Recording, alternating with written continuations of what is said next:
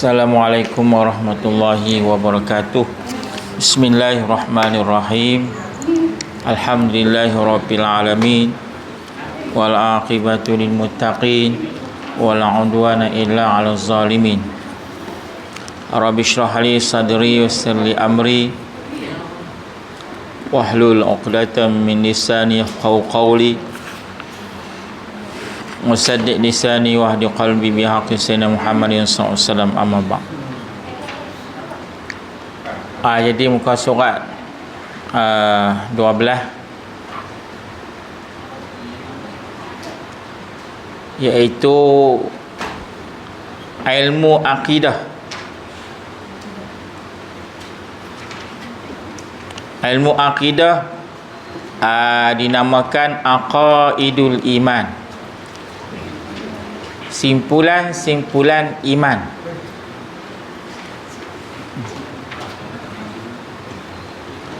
Jadi himpunan iman ni himpunan kepercayaan. Beriman dengan Allah, beriman dengan Rasul, dengan kitab, malaikat, qada qadar, beriman dengan hari akhirat, hari kebangkitan, syurga, neraka. Semua tu dinamakan aqaidul iman, simpulan-simpulan iman. Iman ini merujuk kepada kepercayaan. Hati kita membenarkan adanya Allah. Hati kita ni menjazamkan, memutuskan adanya Allah, esanya Allah. Yang penting hati kita membenar dan menjazamkan tentang adanya Allah dan keesaan Allah Ta'ala pada zat, pada sifat dan pada af'al. Jadi ilmu tauhid ni disebut dalam kitab, kalau nama yang paling lengkap adalah ilmu aqaidul iman. Tapi disebabkan perbahasan ilmu tauhid menjuruskan kepada mengesakan Allah, maka dinamakan ilmu tauhid. Tauhid itu daripada wahada yuwahidu tauhidan, maksudnya wahada, mengesakan Allah, mengatakan Allah tu esa. Wujud dan esa. Sebab tu nama ilmu tauhid. Tauhid tu maksud esa.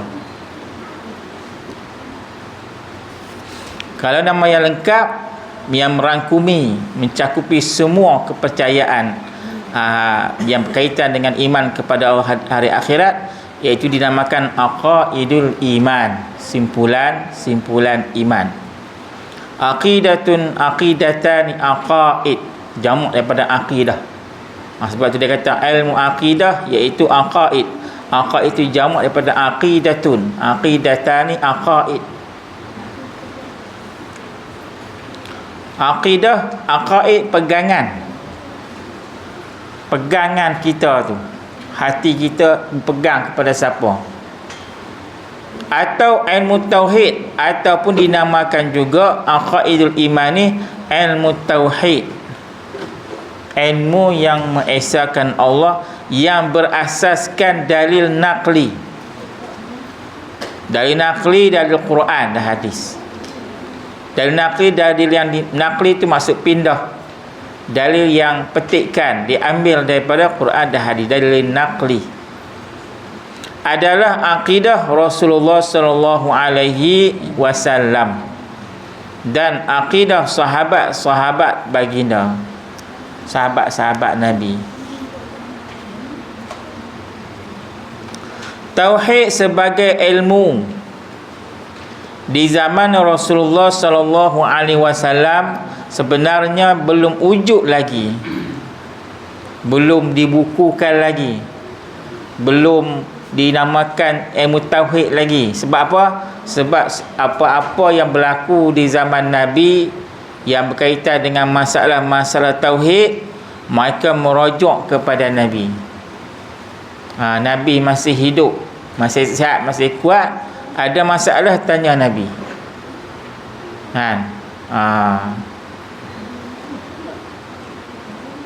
Tapi pada hakikatnya tauhid itu sudah ada di zaman Nabi. Tetapi sahabat-sahabat tidak membukukan macam kitab tauhid yang dibuat hari ini. Sebab apa? Sebab Nabi masih ada masalah, tanya Nabi.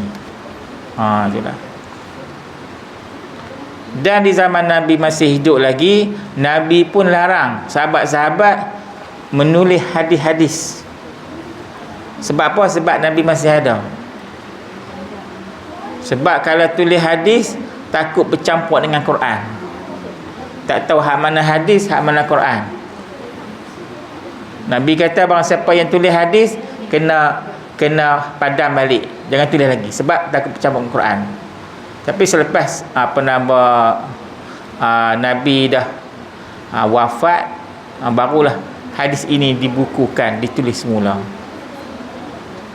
Kalau zaman Nabi hanya Quran ditulis di pelepah-pelepah tamar, ditulis di batu-batu. Selepas Rasulullah wafat dan selepas sahabat-sahabat Nabi yang hafal Quran, kebanyakan mereka mati di medan peperangan, maka kuranglah sahabat-sahabat yang hafal Quran sebab banyak yang syahid. Maka pada ketika itu barulah Quran dibukukan di zaman Osmani. Di zaman Sayyidina Osman. Sebab tu Quran ni dinamakan Mushaf Osmani, Sayyidina Osman. Zaman dia dibukukan menjadi seluruh dunia membaca satu qiraat. Satu qiraat, satu wajah yang dibuat oleh Sayyidina Osman. Sebelum tu orang Syria baca macam lain, orang Mesir baca macam lain. Jadi masalah Sayyidina Osman buat satu mushaf, nama Mushaf Osmani. Sekalipun para ulama Islam sepakat mengatakan bahawa tauhid adalah dasar yang paling utama untuk mengenal Allah. Dasar yang paling penting lah. Awaluddin ma'rifatullah. Awal agama kita kenal Allah Subhanahu wa ta'ala. Kita nak buat ibadat siang dan malam, nak kenal Allah. Kalau kita tak kenal Allah, kita nak buat ibadat macam mana? Ibadat tu hak Allah, peraturan Allah, hukum hak Allah. Buat ibadat tak tahu siapa Tuhan dia. Kita kena tuan kepada ibadat kita tu, iaitu Allah SWT. Maka perlunya kita belajar ilmu tauhid. Belajar tauhid ni ada hak yang wajib. Ada hak yang wajib. Kita belajar yang mana wajib, iaitu belajar hak yang wajib disebut dalam kitab, iaitu sifat yang wajib bagi Allah, yang mustahil bagi Allah harus bagi Allah. Wajib bagi Rasul, mustahil bagi Rasul, harus bagi Rasul. 5 akidah, takat tu je. Yang perbahasan yang tinggi-tinggi bab ta'alluq lah, salihul qadim, tanjizih hadis tu, hak tu hanya dipertanggungjawabkan kepada seorang ulama yang mengaji, yang mengkaji, yang begitu dalam. Dan kita tak wajib mengetahui benda-benda ta'alluq lah pun, sebab benda tu payah, susah nak faham dan payah kita nak faham. Hak wajib pun kita tak hafal, hak wajib pun kita tak faham, tambah hak tu kita. Ada seorang ulama dalam satu daerah yang belajar ilmu tauhid yang peringkat tinggi sampai ta'alluq, salih qadim, tajih hadis dan sebagainya, maka terlepaslah dia punya dosa. Dia panggil fardu kifayah. Kalau ada satu orang yang alim bidang tu, orang lain semua terlepas dah.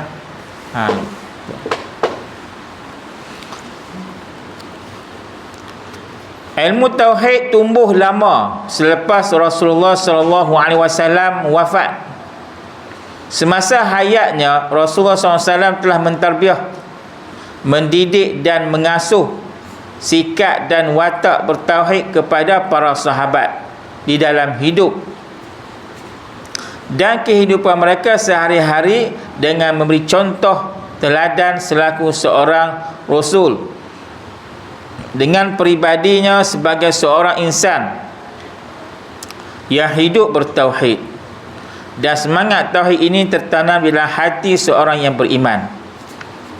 Dari dorongan semangat tauhid inilah Islam berkembang ke segenap pelosok dunia, dan umat Islam telah berjaya menundukkan kuasa-kuasa besar ketika itu seperti Parsi di timur dan Romawi di barat. Dan umat Islam mendapat kesempatan mempelajari dan menimba ilmu mereka. Oleh itu, semua buku yang mereka temui di setiap perpustakaan lama di negeri-negeri Parsi, Yunani dan lain-lainnya, mereka terjemahkan isi kandungan buku-buku itu dalam pemikiran ahli falsafah. Sebab itulah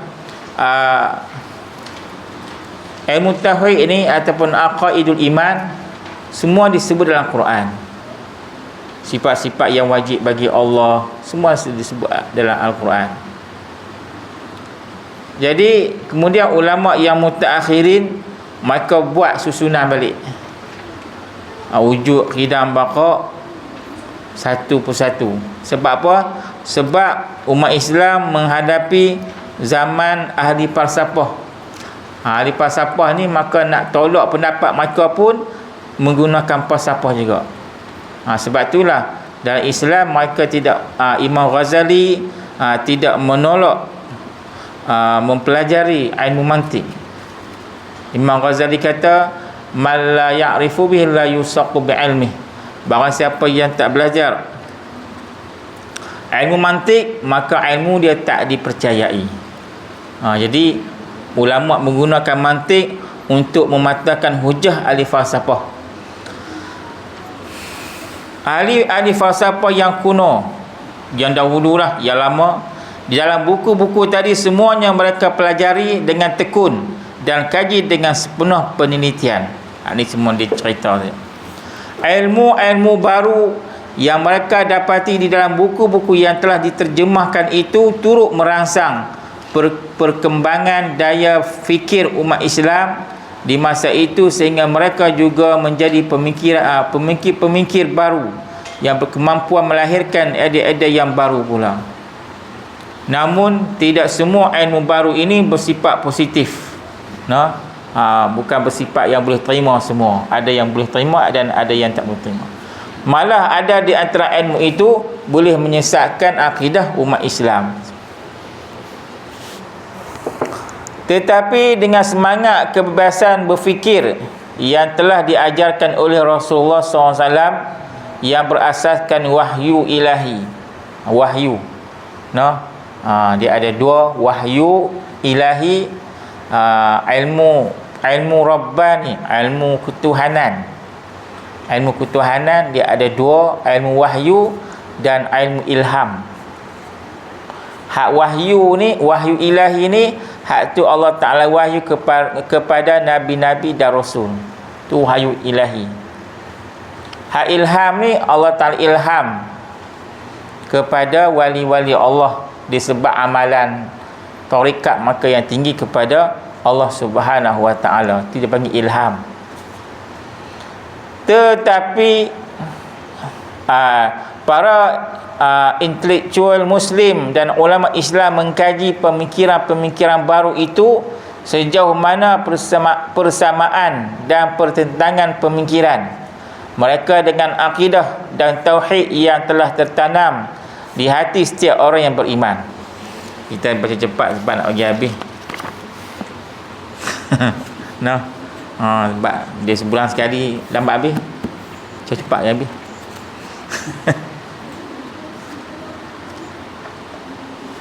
Kemudian keterangan dan huraian serta dalil. Menurut akidah Islam dan ajaran tauhid, seseorang itu boleh membuktikan kewujudan Allah dan mentauhidkan Allah dengan berasaskan dalil naqli. Boleh kita hujah kita dalil adanya Allah guna dalil Quran. Boleh. Ataupun dalil akli, dalil akal pun boleh.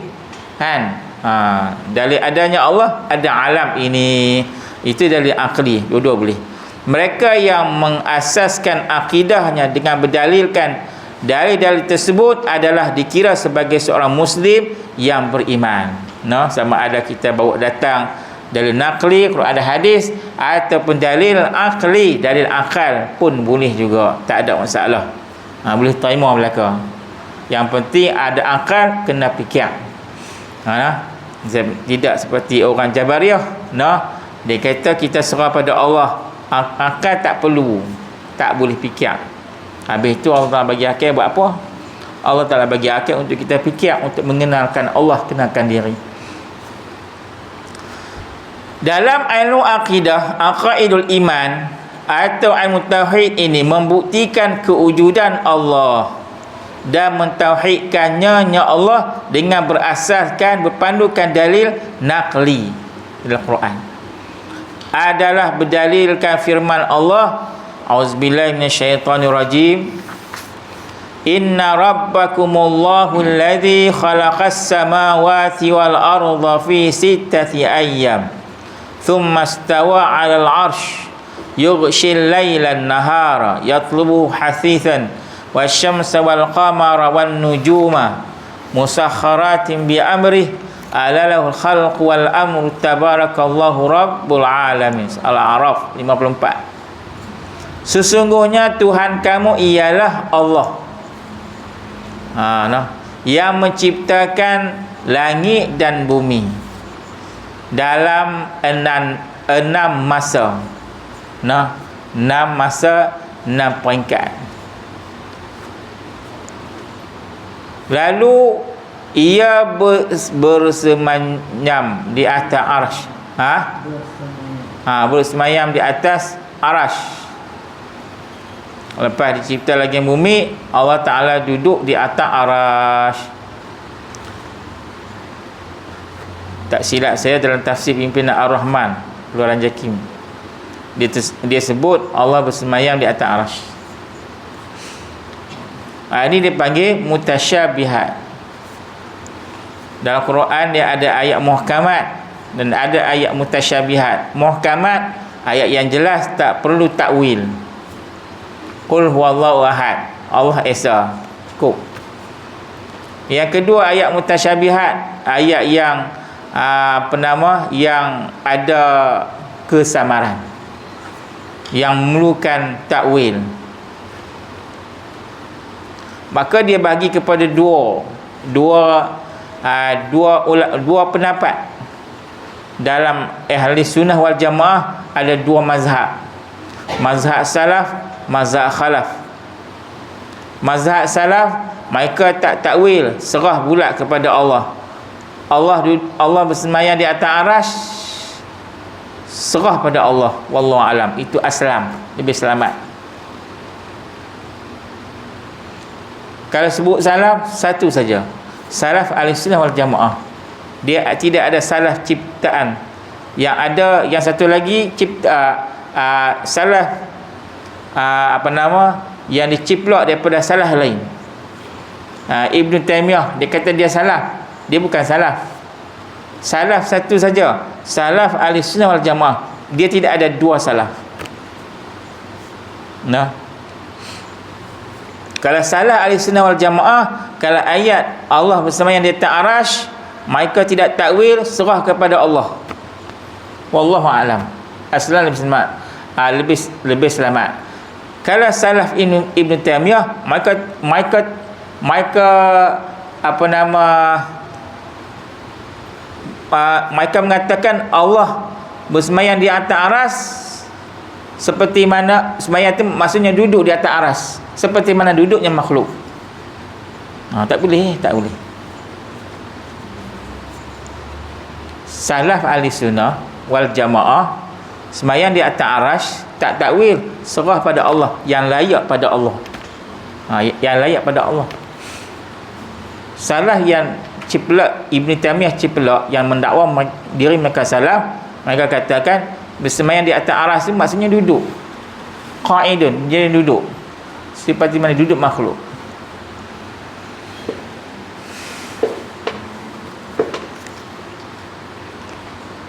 Jadi salah ahli sunnah wal jamaah, tidak takwil serah pada Allah, yang layak pada Allah.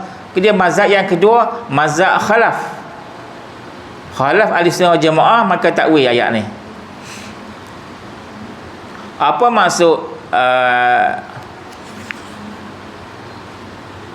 summastawa al-arsy, Allah bersemayam di atas arasy? Maksudnya adalah istaula. Maksud istaula ni maksudnya menguasai dan memerintah. Allah menguasai dan memerintah arasy. Itu maksud takwil. Itu takwil khalaf al-sunnah wal jamaah. Takwil yang layak, yang munasabah, yang tidak mencederakan Allah Subhanahu wa taala. Kan? Banyak ayat mutasyabihat, yadullah fawqa aydihim.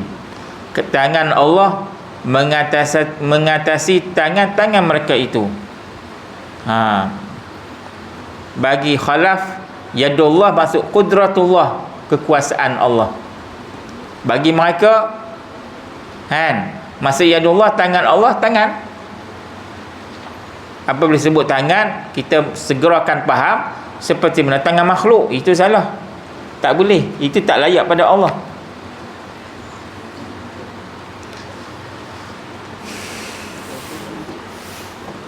Ia Allah melindungi malam. Melindungi malam dengan siang yang mengiringnya dengan deras. Silih berganti, dan ia pula yang menciptakan matahari dan bulan serta bintang-bintang, semuanya tunduk kepada perintahnya, perintah Allah. Bulan, bintang, siang, malam, semua tunduk perintah Allah. Tau'an wa karhan wa ilaihi turja'un. Manusia ni ada yang tak tunduk perintah Allah, ada yang tunduk perintah Allah, ada yang tak tunduk perintah Allah Subhanahu wa ta'ala. Kalau tak mahu tunduk perintah Allah, pergi cari langit lain, pergi cari bumi lain, pergi cari Tuhan lain. Dia tak mahu tunduk. Kita duduk bawah langit Allah, bumi Allah, kena tunduk pada Allah, Tuhan yang mencipta langit dan bumi. Allah mencipta langit dan bumi. Allah menciptakan manusia. Allah tidak mengambil manfaat dalam penciptaannya. Manusia ni berbilion-bilion manusia daripada Adam sampai kiamat. Adakah dengan manusia begitu banyak boleh menambahkan kehebatan, kekuatan Allah? Tidak. Kalau Allah tak cipta makhluk pun, Allah tetap Allah, tetap megah, tetap unggul, tetap hebat, tidak mengambil manfaat dalam ciptaannya.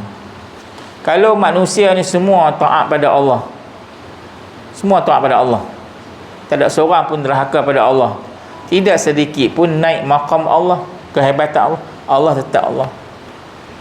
Kalau semua manusia ni derhaka pada Allah, tak ada seorang pun taat pada Allah, tidak sedikit pun menurunkan martabat Allah, Allah tetap Allah.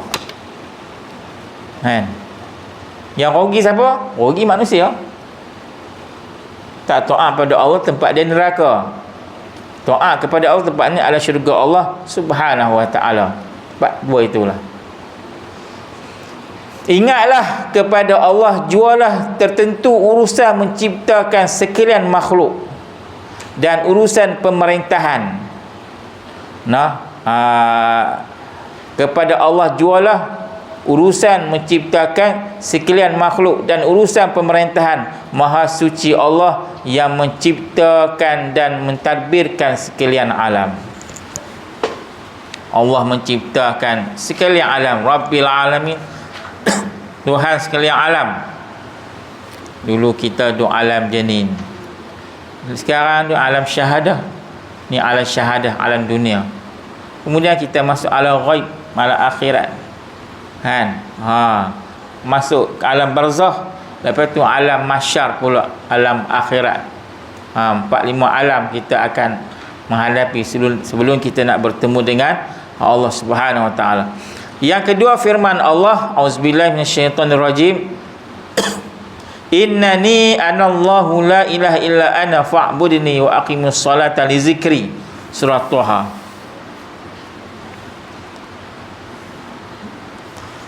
Surah Taha ayat 14. Surah Taha ni kita baca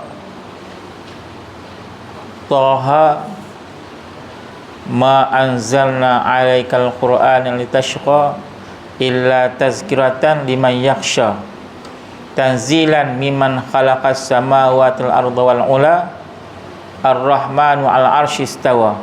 Baca 5 ayat. Kita ambil tangan kanan, letak di sebelah kiri ni.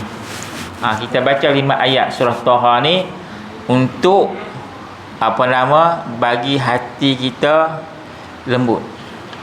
Maksudnya lembut ni mudah untuk menghafal, mudah untuk mengingat, mudah untuk kita mendapat ilmu. Lepas tu bagi anak-anak ni mudah dengar cakap, mudah hafal pelajaran. Kita buat macam tu. Kita ajak anak kita hafal 5 ayat, ambil tangan kanan letak sini, baca 5 ayat sebagai amalan. InsyaAllah hati dia lembut, mudah ingat, mudah faham, dengar cakap kita. Kalau bini hak ketegak pula, hak bantah, baca letaklah ni, baca macam buih dia. Dia heran apa dia ni tak pernah buat. Lembut.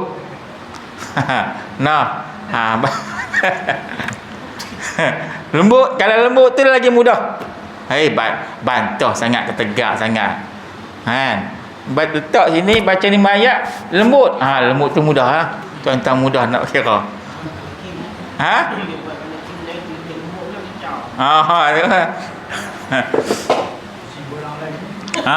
Itu nak abad tu. Saya tak ada nak abad, tapi orang abad kira cepat lagi tu. Cepat. Orang lama. Cakap sikit boleh tahu semua. Letak situ amalan. 5 ayat. Ayat yang last sekali Ar-Rahmanu 'alal 'arsy istawa. Amalan.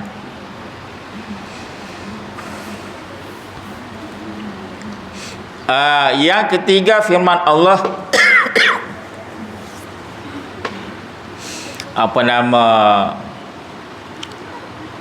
adik Sayyidina Umar baca surah ni lah. Ketika mana Sayyidina Umar dia cari adik dia. Dia cari adik dia dan dia nak tabuh, nak tampak. Sebab dia dengar kata adik dia masuk Islam. Maka adik dia baca surah Taha. Sayyidina Umar nak pegang Quran, adik dia kata tak boleh. Ini kalam suci. Dia kena ambil sembahyang Islam dulu. Disebabkan baca surah Taha, Sayyidina Umar masuk Islam. Tu kena. Ni amalan ni. Balik try buat tengok. Kalau isteri yang tak dengar cakap, yang bantah, hati keras, dia tidur tu letak sini baca. InsyaAllah yakin niat.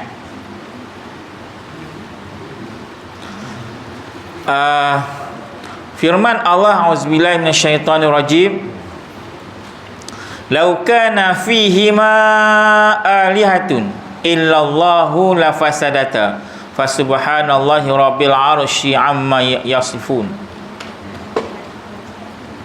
Surah Al-Anbiya 22. Kalau ada di langit dan di bumi Tuhan-Tuhan yang lain dari Allah, selain daripada Allah ada Tuhan lagi, Tuhan langit dan Tuhan bumi, nescaya rosaklah pentadbiran keduanya. Kalau di langit pun ada Tuhan, di bumi pun ada Tuhan. Tuhan A kata aku nak turun hujan, Tuhan B kata aku tak mahu turun, nak bagi panas. Tuhan kelai pula diorang. Tak boleh. Itu pertama. Yang kedua, Tuhan A kata nak turun hujan, Tuhan B kata nak bagi panas, maksudnya Tuhan A tu dia lemah sebab dia kena menghadapi Tuhan lain pula. Jadi tak boleh. Tuhan ni dia mesti ada satu saja, Esa.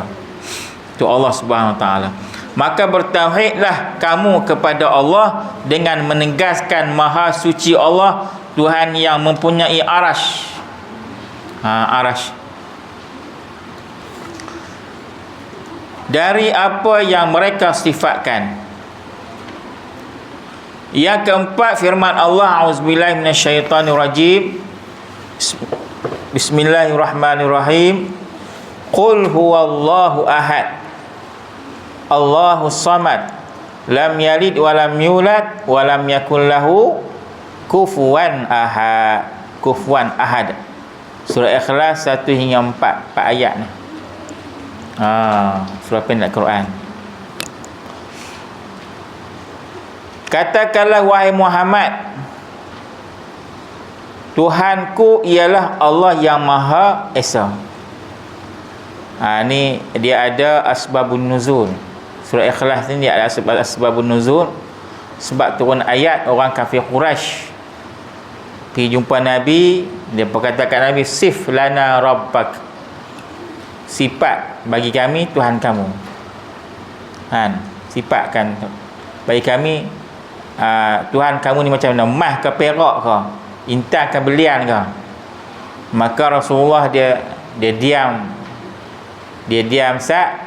Maka turunlah ayat Qul tu kata olehmu wahai Muhammad kepada orang kafir Quraisy tu, huwallahu ahad, huwa zamir kembali pada Allah, huwallah iaitu Allah ahad Esa. Itu dia panggil asbabun nuzul, sebab-sebab turun ayat. Ada ayat turun malam, ada ayat turun siang, ada ayat Quran turun musim sejuk, ada ayat Quran turun di Mekah, ada turun di Madinah. Semua tu ada cerita dalam Quran Karim. Sebab itulah ada seorang sahabat Nabi SAW, dia apabila dia jadi imam dalam sembahyang, dia baca surah Qul Wallah 5 waktu, 5 Qul. Rakaat pertama Qul Wallah, rakaat kedua Qul Wallah. Mai lahok pun Qul Wallah, tak apa lahok orang tak dengar. Rakaat kedua Qul Wallah. Mai asar pun sama, mai maghrib dengar pula dah. Qul Wallah. Isya pun Qul Wallah, subuh Qul Wallah. Jadi sahabat-sahabat Nabi hak lain tu tak puas hati. Dia kata tu imam ni duk baca surah Ikhlas, tidak bacalah surah lain. Bacalah surah lain. Kemudian sahabat-sahabat Nabi yang tak puas hati dengan imam yang suka baca surah Ikhlas ni, dia pergi jumpa Nabi. Dia kata, ya Rasulullah, sahabat kita tu, kami tak puas hati sebab dia jadi imam duk baca surah Ikhlas. Rakaat pertama Ikhlas, kedua pun Ikhlas. Panggil dia main ni. Maka sahabat tu pergi jumpa Nabi. Betul ke depa ni kata kamu ni suka surah baca Ikhlas dalam sembahyang ni? 5 waktu surah Ikhlas. Betul. Nabi kata dekat sahabat ni, hubbuka iyyaha yudkhilukal jannah. Disebabkan kamu ni kasih kepada surah Ikhlas menyebabkan kamu masuk syurga Allah SWT. Ingat aku Nabi nak marah dia? Tak, Nabi sokong. Sokong. Lepas ni kita bacalah nama sembahyang surah Ikhlas. Sebab dia menceritakan tentang mentauhidkan Allah. Besar surah ni. Kalau orang tanya sebab apa, jangan tanya. Tapi orang ni kalau kita dia baca surah ni kat kerap, dia kata imam ni segan, ataupun imam ni tak hafal surah lain. Dia tak tahu kelebihan surah ni. Kalau orang tahu kelebihan surah ni, dia tak tinggal, dia baca sungguh. Orang kalau orang nak kata biar pergi depa lah, nak kata kan kita boleh pergi kunci mulut depa kan. Habis-habis kata apa tu senyaplah, teraturlah orang ni. kan. Jadi surah Ikhlas ni kelebihan dia kalau kita baca ketika kita sakit. Ketika kita sakit, kita bacalah 200 kali ke 300 kali, mayat kita dalam kubur nanti tidak busuklah dan tidak apa. Itu kelebihan surah Ikhlas.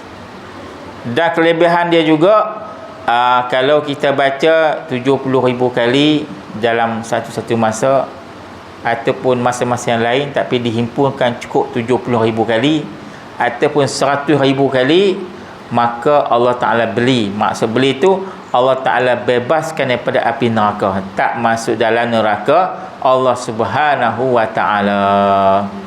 Tuan-tuan boleh buat amalan,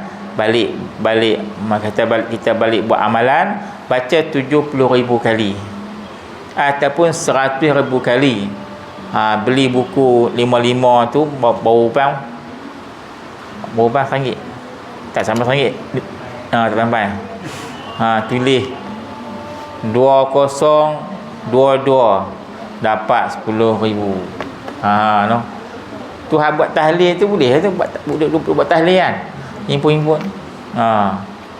Kalau kita lalu ke tepi kubur, kita baca surah Ikhlas sekali ya.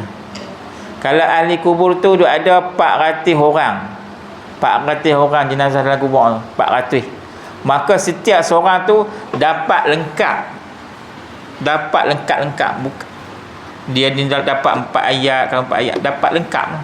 Kalau 400 orang, 400 orang dapat. Walaupun kita baca sekali, pahala dapat penuh. Nah. Bukan maksud kita baca sekali 400 orang tu duk bahagi surah Ikhlas ni. Ambil qaf, aku ambil lam. Ambil ha, aku ambil waw. Tak cukup. Dapat 400 orang. Tu kelebihan. Lalu tepi kubur kita baca surah Ikhlas sekali, kita niat hadiah, Allah Ta'ala angkat azab kubur kepada seluruh ahli kubur tu. Tu kelebihan surah Ikhlas ni.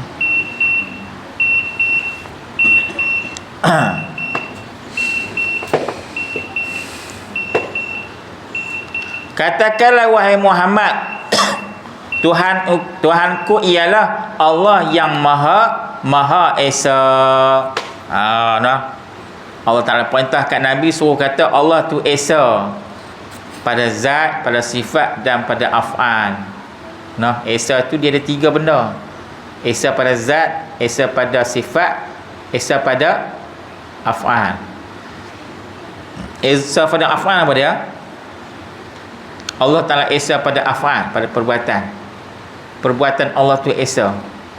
Macam mana faham Esa pada perbuatan Allah?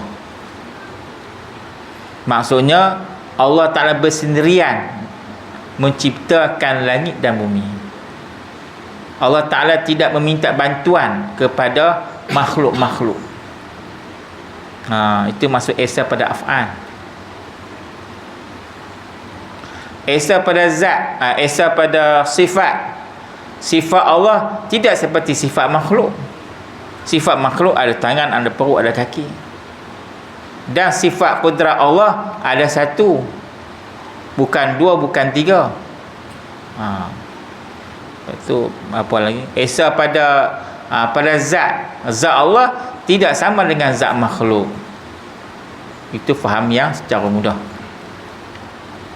Allah yang menjadikan tumpuan sekalian makhluk untuk memohon sebarang hajat. Allahus Samad. Allah tempat harapan kita. Kita nak minta pada Allah, jangan minta kat manusia. Kalau kita buat sesuatu perkara, satu benda untuk nak mendapat kasih sayang manusia, kepujian manusia, sanjungan manusia, kita akan kecewa. Kita tak akan dapat.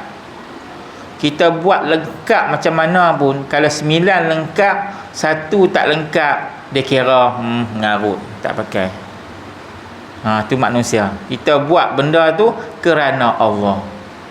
Kalau buat kerana manusia, macam mana pun dia akan cari kesalahan kita. Jadi Allah tempat memohon sebarang hajat. Iza sa'alta fas'alillah. Apabila kamu nak minta, mintalah kepada Allah. Wa iza sta'anta fasta'in billah. Apabila kamu nak meminta pertolongan, minta kepada Allah Subhanahu wa taala. Nak minta pada Allah ni bangun tengah malam, sembahyang sunat tahajud, mulai sunat tahajud. Masa itulah dekatnya kita dengan Allah. Permohonan kita dimustajab oleh Allah Subhanahu Wa Taala. Kan? Kalau ada hajat lah. Tapi kalau orang dia darurat, dia terpaksa, dia buat bangun tengah malam. Ada dulu ada seorang hamba Allah kat Malaysia ni. Dia ni barah otak. Pergi jumpa doktor. Doktor kata hang tak ada harapan dah. Hang tunggu masa nak mati je. Kan? 4-5 bulan nanti tak sampai 5-6 bulan hang akan mati. Sebab dia barah otak ni doktor tak boleh buat apa dah. Kan? Dia pun susah hati. Dia pergi jumpa seorang ustaz. Nasib baik dia pergi jumpa ustaz. Ustaz terbagi petua kat dia. Dia kata kalau nak bagi lega ni, kamu bangun solat malam 40 hari berturut-turut. Jangan selang. Kalau selang tak jadi. Berturut-turut 4 malam. Kawan terpaksa sakit, tak mahu nak mati lagi, kan? Dia balik buat sungguh 40 malam berturut-turut, bangun solat tahajud, baca Quran, doa pada Allah, minta sungguh-sungguh ni. Ni cerita sungguh ni. Merayu, menangis. Cukup 40 hari dia pergi jumpa doktor, cek tengok, doktor heran. Macam mana ni? Kau sembuh 100% sembuh? Tak ada. Doktor kata, macam mana dulu ni hang nak mati dah ni? Nak mati dah. Tiba-tiba sembuh penuh ni, hang buat apa? Pergi jumpa siapa dia kata? Dia kata, aku solat tahajud 40 malam turut-turut minta pada Allah. Dapat. Dapat. Orang ni sebab kalau dia tak terpaksa, tak darurat apa, dia tak buat. Cuba sakit tengok. Dia bangun tengah malam. Bangun minta nak pergi sihat lagi. Duduk muda lagi baru 40. Minta. Tumpuan sekalian makhluk untuk memohon sebarang hajat. Kalau tuan-tuan ada hajat, baca Yasin setiap pagi. Man qara'a surat Yasin fi sadri awalin nahar hudhiyat hawaijuhu. Barang siapa yang membaca surah Yasin pada permulaan awal pagi, iaitu siang, subuh lah. Fi sadri awalin nahar hudhiyat hawaijuhu, ditunaikan semua hajat. Maksudnya selepas subuh tu baca Yasin. Baca Yasin. Hajat kita semua Allah Ta'ala tunai. Kan hajat tuan-tuan banyak. Tuan-tuan hajat banyak hajat baca Yasin, insya-Allah dapat.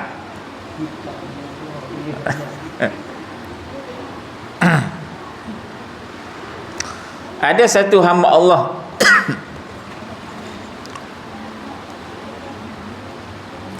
dia Yasin ni, dia amalan dia tiap-tiap malam dia baca surah Yasin, tak pernah tinggal.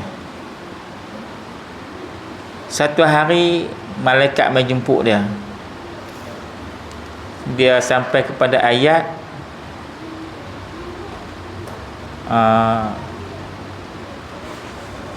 tak ingat ayat tu.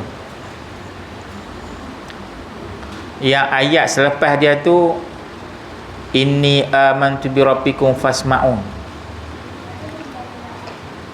Yang sebelum ayat tu, inni Siapa ingat? Inni amantu bi rabbikum fasma'un, tu ayat selepas. Ayat sebelum tu tak ingat?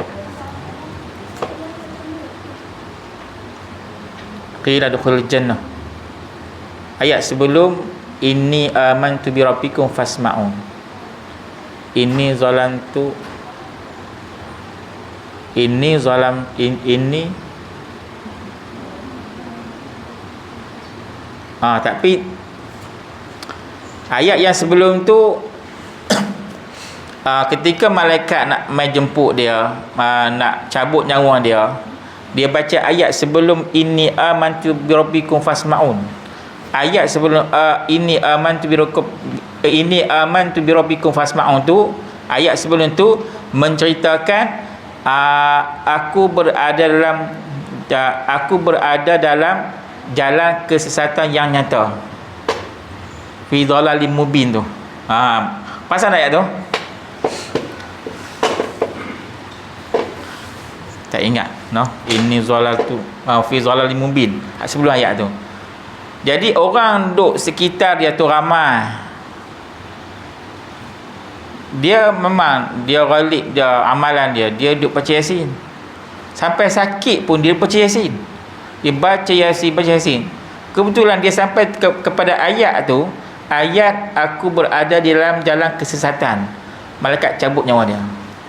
Orang yang duk sekitar dia, dia kata ayah hang mati sesat dah. Sebab baca ayat tu. Baca ayat tu, malaikat tarik nyawa. Bakat viral lah, kata dia ni masih dalam keadaan sesat lah apa semua. Jadi anak dia ni susah hati sebab masyarakat tohmah kata ayah dia ni mati dalam keadaan sesat, su'ul khatimah. Sebab baca ayat tu malaikat cabut nyawa. Kebetulan ayat tu menceritakan aku berada di dalam jalan kesesatan. Malam pertama tu anak dia mimpi. Anak dia mimpi ayah dia bagi tahu kat anak dia, sebab apa kamu susah hati. Dalam mimpi tu anak dia bagi tahu kat ayah dia, dalam mimpi tu anak dia kata masyarakat ni duk tuduh kata ayah ni mati dalam sesat sebab baca ayat tu malaikat cabut nyawa. Ayah dia kata kat anak dia dalam mimpi tu, kamu jangan susah hati. Aku dalam kubur, semasa depa kamu aku masuk dalam kubur, malaikat mungkin nakir mai tanya aku, mai tanya ayah lah, ma rabbuka, siapa Tuhan kamu? Ayah dia jawab surah Yasin, inni amantu bi rabbikum fasma'un. Ayah dia ni sambung balik surah Yasin yang tak habis baca ketika malaikat cabut nyawa tu, dia sambung dalam kubur. Malaikat tanya, ma rabbuka? Inni amantu bi rabbikum fasma'un, qila dukhulul jannah. Sebab tu amalan dia. Sampai sakit pun tak pernah tinggal baca surah Yasin. Nah. Itu kelebihan.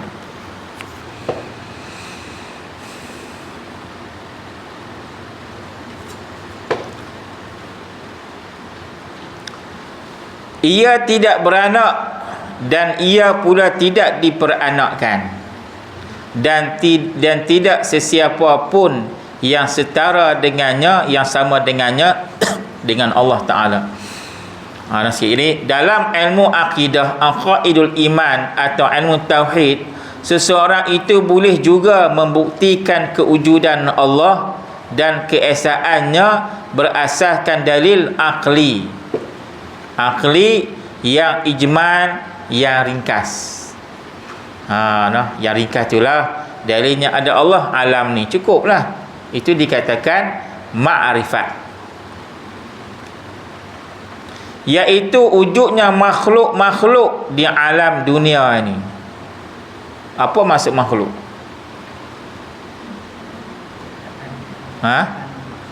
Cerita Allah. Barang yang selain daripada Allah makhluk. Masiwa Allah, barang selain daripada Allah semua makhluk. Di alam dunia ini membuktikan wujud penciptanya, iaitu Allah Azza wa Jalla. Dia buatlah. Kita sambung semula mengikut akal fikiran manusia. Wallahu a'lam. Bismillahirrahmanirrahim.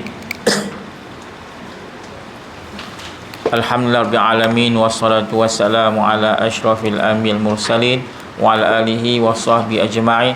Allahumma anfa'tana bima 'allamtana wa 'allimna ma yanfa'una warzuqna 'ilman yanfa'una bi walhamdulillahi rabbil alamin.